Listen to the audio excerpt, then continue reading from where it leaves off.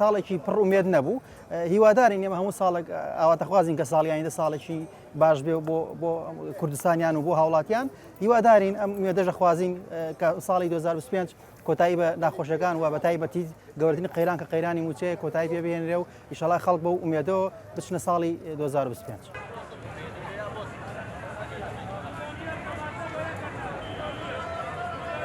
ساڵی 2024 ساڵێکی پڕ لە گۆڕانکاری بوو لە ڕۆژهەڵاتی ناوەڕاست دابیری شەڕی حەماس و ئیسرائیل گۆڕانکاری بوو لە لوبنان ڕۆخانی ئەسەدی پێوە بوو بۆ کوردستانیش گۆڕانکاری بوو کە لە هەڵبژاردننی پەرلەمانی کوردستان کرا بە هیوایی زوو حکوومەتی هەرێمی کوردستان پێکبێن لە دوو کابینەت دەیەم دەست بەکار بێت بۆ ئەوەی کە ژیانی خەڵکی باشتر بێت.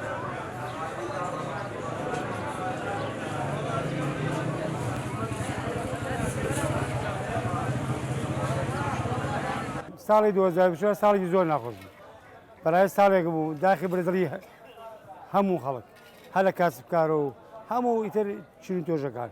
ساڵێکی ناخۆش ساڵێکی بێموچەی بوو ساڵێکی نامەتی بوو بەڕاوە بێ ئەم 24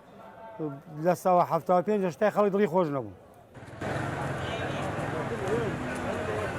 وەڵا هیوادارم دامەزراندن بۆ سەررجەم خوێندکاران و دەرچوانی زانکۆ بەبێ جیاوازی هەبێت چونکە ئێستا هیچ دامەزراندنێک نییە لە شوێنەکە بۆ هەرێمی کوردستانیش بە هەمان شێوەیەکێک بوو لە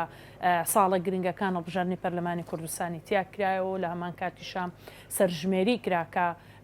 ئەوەی کە چاوەڕوان ناکرا بۆ عێراق و هەرێمی کوردستان ئەنجامدانی سەرژمێر و بەشداریکردنی خەڵک بوو لە سەرژمێرەکە کە ئەمە دوو بابەتی زۆر گرنگ و کۆمەڵێک بابەتی دیکەی گرنگیشە بوون لەسەر ئاستی ناوخۆیی لە هەرێمی کوردستان و لەسەر ئاستی گیانی. لە ساڵی 2024دا لەسەر ئاستی گیان بە خۆشحاڵیەوە یەکێک لە دیکتاتۆرەکان لە ناوچوو کە ئەمە جێگای دڵخۆشیە بۆ هەموو کەسێکی مرۆڤ دۆست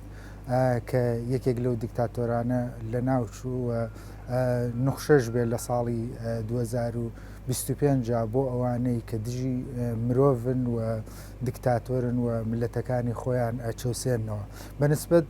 کوردستانیشەوە بەڕاستی دۆخێکی تا ڕادەیەک ناخۆش بوو لە ڕووی ئەوەوە کە کێشەیە کۆنفلێکتێگەیە لە بینی عێراق و هەرێمی کوردستان بە بۆنەی ئەوەوە کە خەڵکێکی زۆر یعنی موچەخۆرن کە ناتوان لە کاتی خۆیانە ئەمە نیگەرانی بۆ هەموو هاوڵاتیان دروزەکەوە کاریگەری لەسەر بازار ئەبێت.